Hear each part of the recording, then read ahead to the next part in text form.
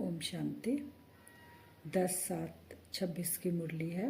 बाबा कहते हैं, मीठे बच्चे, बाप आए हैं तुम बच्चों की अविनाशी ज्ञान रत्नों से झोली भरने। यह एक एक ज्ञान रत्न लाखों रुपए का है। बाबा आए हैं, बाबा का पाठ है बच्चों को क्या देना है? अविनाशी ज्ञान रत्न। तो हमारी बाबा बुद्धि रूपी झोली को भर रहे हैं और बाबा कहते हैं कि ये एक एक रत्न जो तुम्हारे पास है ये लाखों रुपए का है।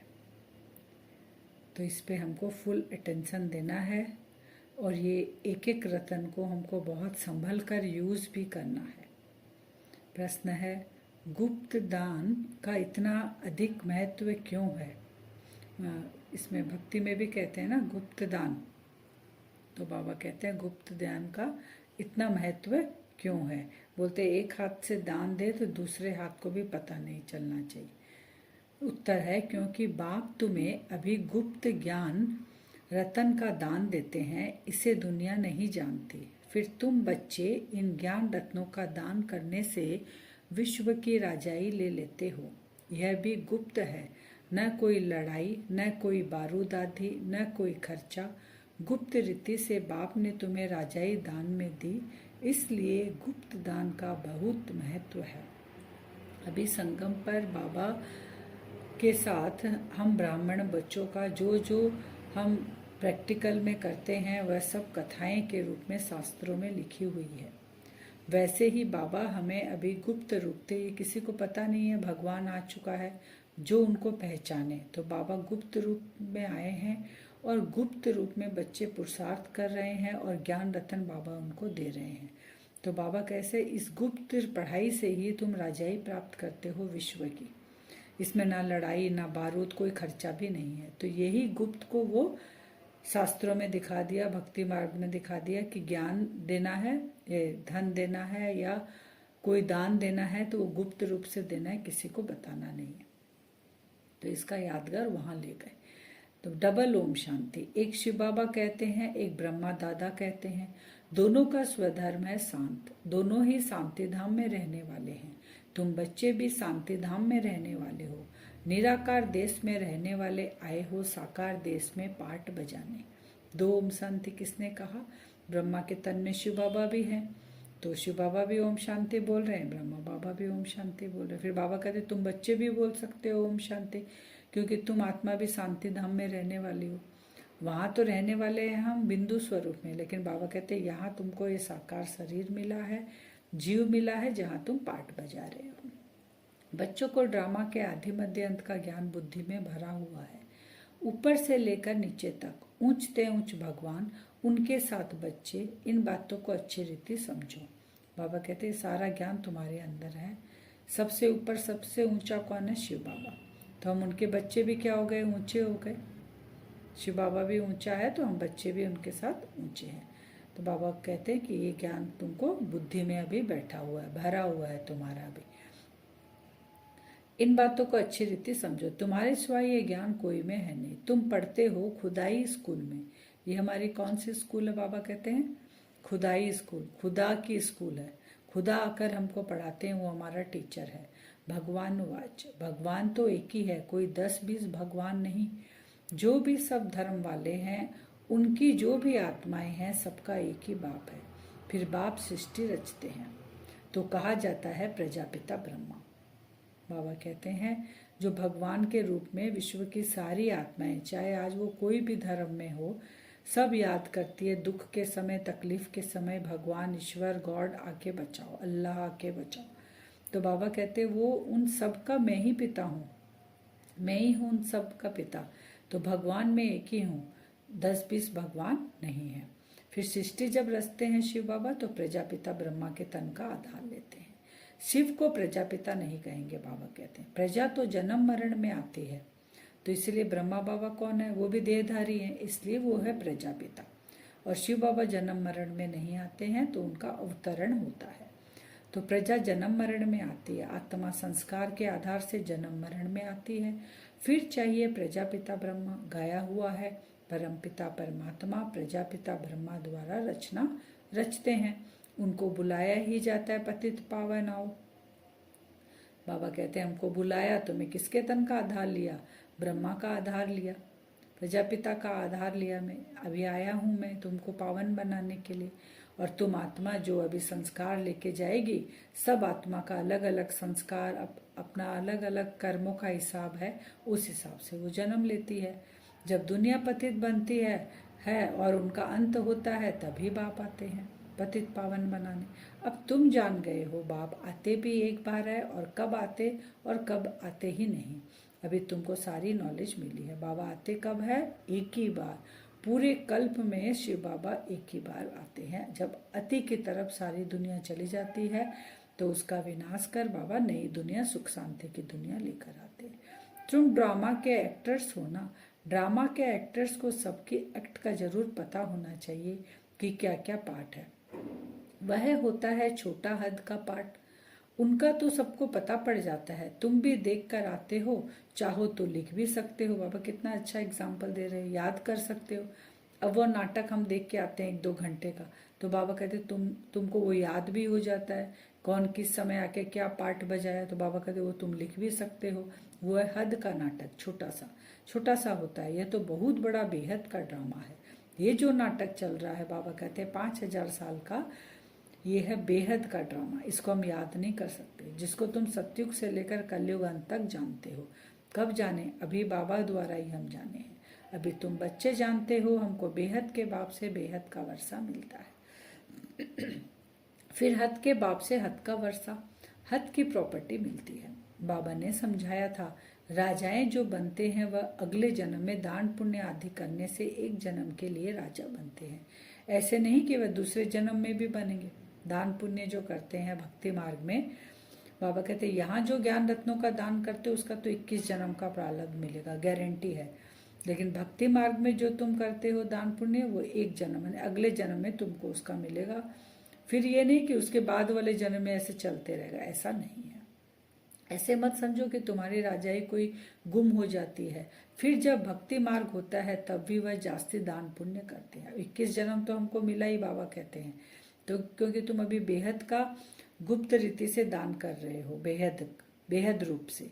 तो बाबा कहते हैं द्वापर युग में भी तुम्हारे पास इतना धन मान्य होगा कि तुम स्थूल धन आदि दान करोगे तो तुमको राजाई मिलेगी। परंतु वह फिर हो जाते हैं विकारी राजाएं। धीरे धीरे जो सतयुग की आत्माएं थी धीरे धीरे विकार में आने लग जाती हैं। तुम ही जो पूज्य थे सो फिर पुजारी बन जाते हैं।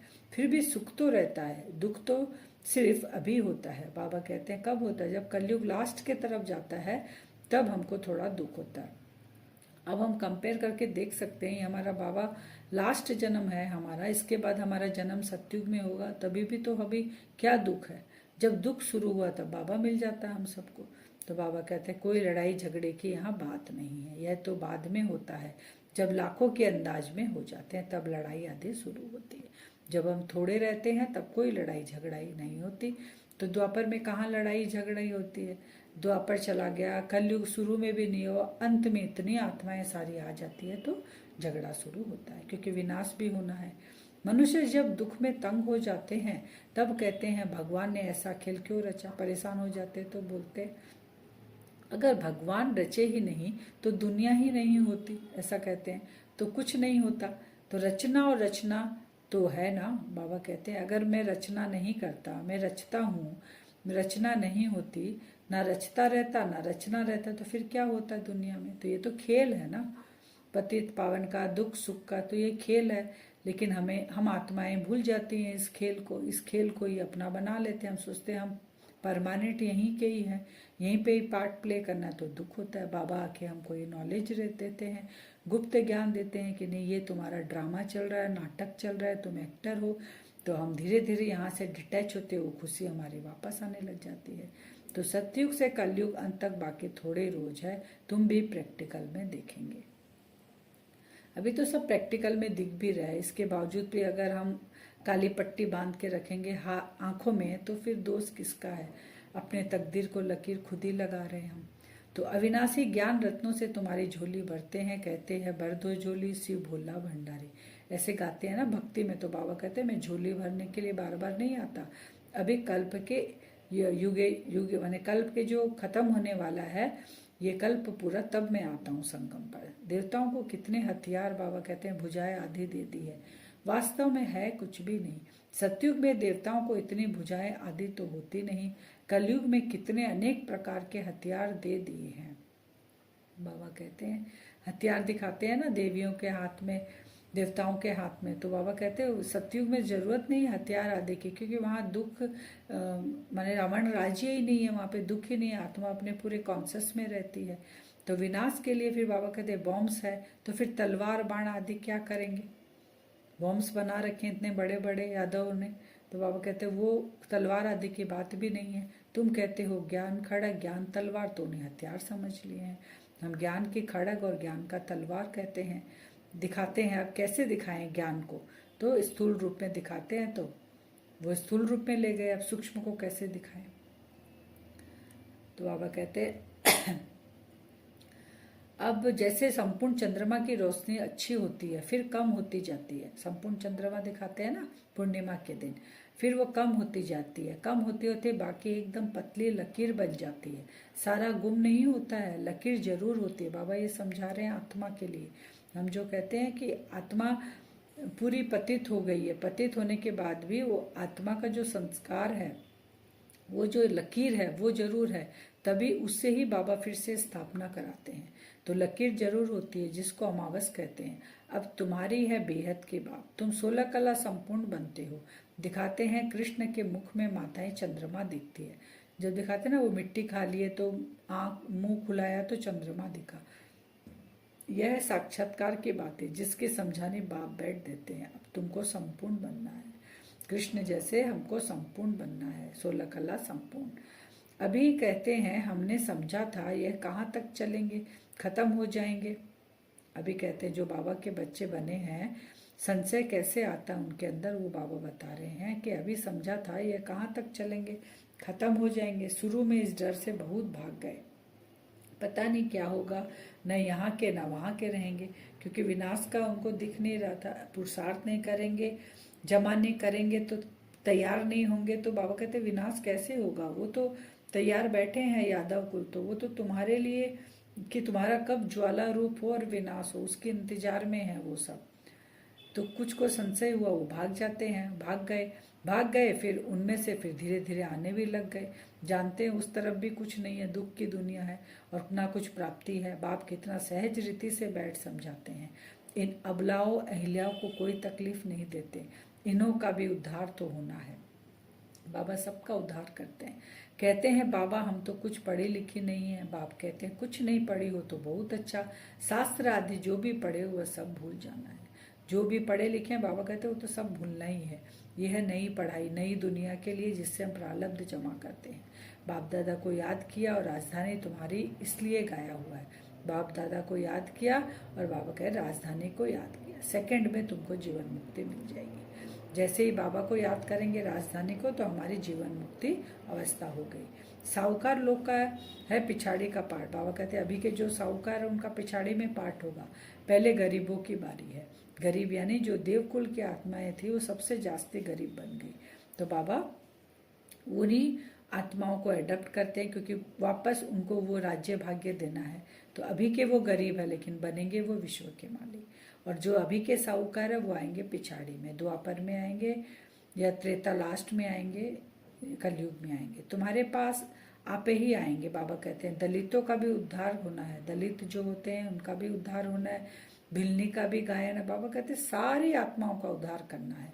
कहते हैं राम ने भिलनी के बेर खाए, तो बाबा क्लियर कर रहे हैं वास्तव में राम भी नहीं है, शिव बाबा भी नहीं है। हाँ हो सकता है इस ब्रह्मा को खाना पड़े, क्योंकि राम निराकार राम वो कैसे खाएगा बाबा कहते हैं, या फिर त्रेता वाला राम है वो भी कैसे खाएगा, क्योंकि वहाँ भिलनी उस समय है ही नहीं। शिव बाबा भी नहीं खाएंगे, अभुक्ता है। तो बाबा ने कहा कौन खाया? फिर ब्रह्मा को खाना पड़े। अगर बाबा का बच्चा कोई भिलनी आदि बन गए, टोली लेकर आए तो खाना ही पड़ेगा। कोई गणिकाएं आएगी, शिव बाबा का टोली लेके आएगी, खिलाएगी तो खाना ही पड़ेगा। बाबा कहते हैं ब्रह्मा को, लेकिन शिव बाबा कहते हैं मैं तो नहीं खाऊंगा, मैं तो अभक्ता हूँ। लेकिन वासना तो बाबा को भी मिलती है। अब बाप कहते हैं जो भक्ति करने वाले उनको समझाओ, तुम देख रहे हो सैंपलिंग कैसे लगता है। ब्राह्मण कैसे बनते हैं? सूर्यवंशी चंद्रवंशी देवता बनते होंगे, वही आते जाएंगे। एक बार भी सुना तो स्वर्ग में जरूर आएंगे। बाबा कहते हैं कौन सी आत्माएं आएगी? जो सूर्यवंशी चंद्रवंशी की आत्माएं हैं वो आएंगी, और जो एक बार भी बाबा का परिचय मिल गया वो सतयुग त्रेता में जरूर आएंगे। शिव पर जाकर भी बलि चढ़ते हैं। बाबा कहते हैं बलि चढ़ने से कुछ नहीं होता है, पुरुषार्थ करते हो राजाई के लिए, हम पुरुषार्थ करते हैं, बलि चढ़ने से क्या होगा?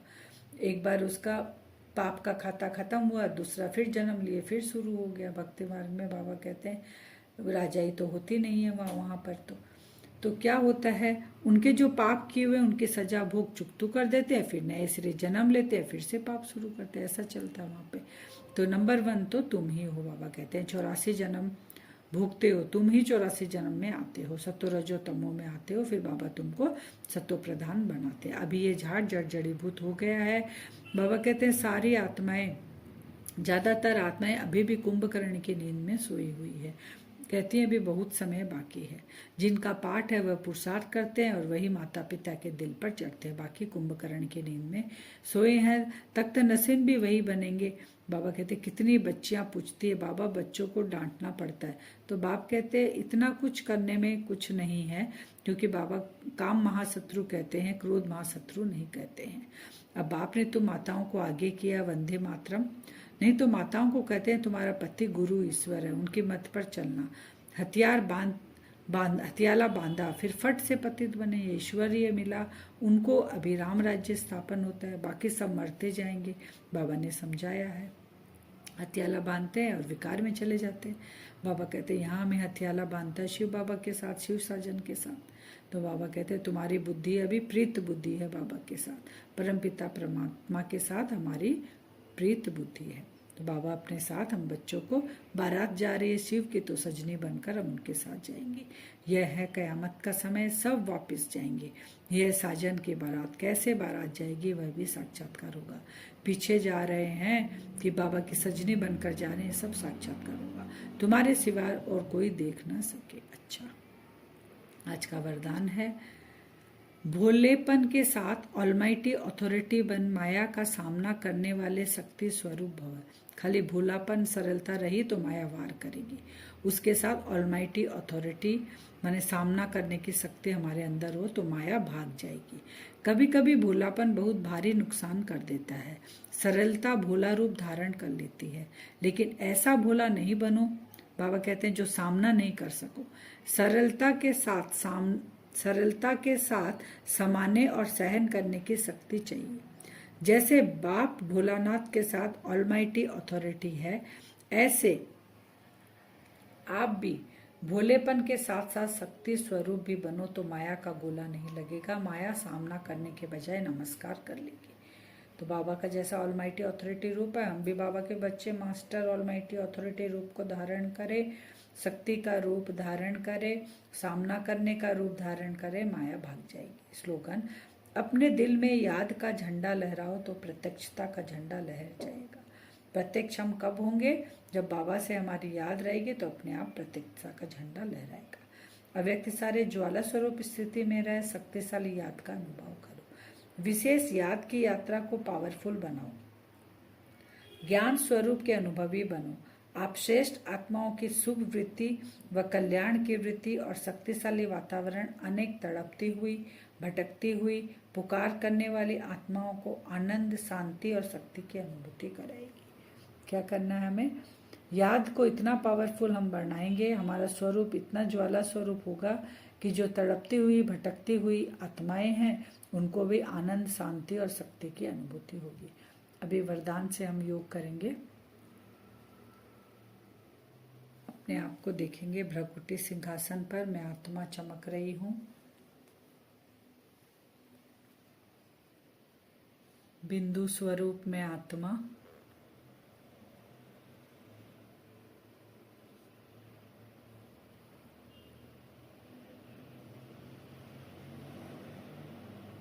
परम धाम से बाबा से सफेद रंग की लाइट मुझ आत्मा के ऊपर पड़ रही है।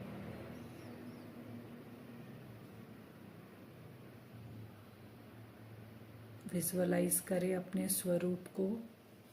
बाबा की लाइट मुझ आत्मा के ऊपर पड़ रही है।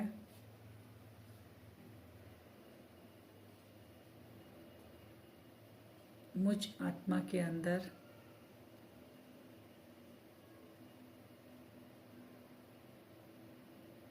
शक्तियाँ, बाबा से शक्तियाँ निकलकर धीरे धीरे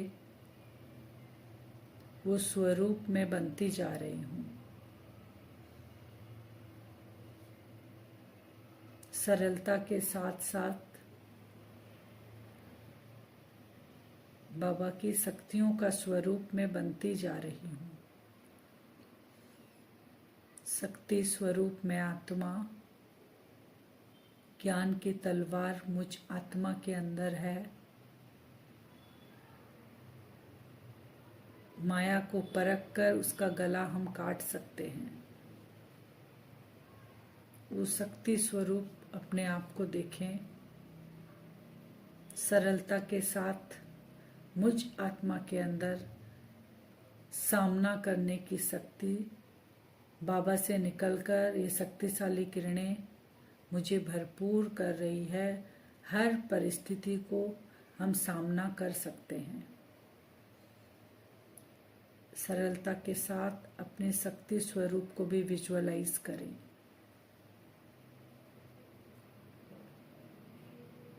अपने चारों तरफ विजुअलाइज करें। एक लाल रंग का ऑरा बन गया।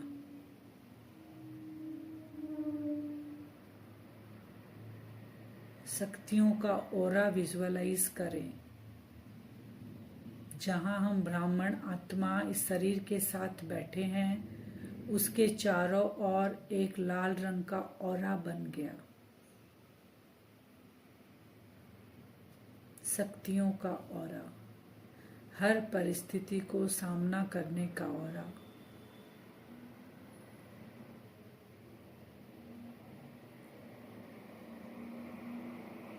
माया चाहे किसी भी रूप से आए,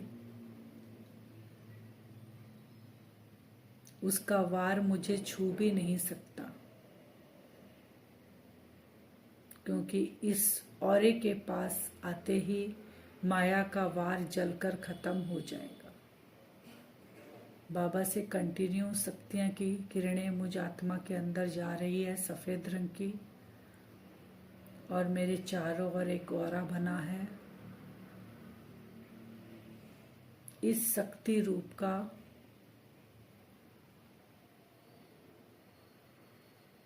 धीरे धीरे वाइब्रेशन चारों ओर फैल रहा है। जहाँ हम बैठे हैं, आत्माएं खींची हुई आ रही है।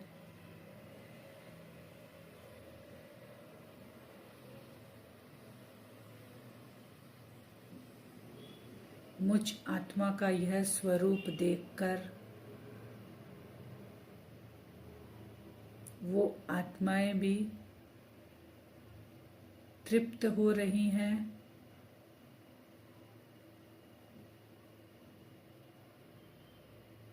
माया के 5 विकारों से उनको भी मुक्ति मिल रही है। हम अपनी पावरफुल दृष्टि से उन आत्माओं को देखेंगे।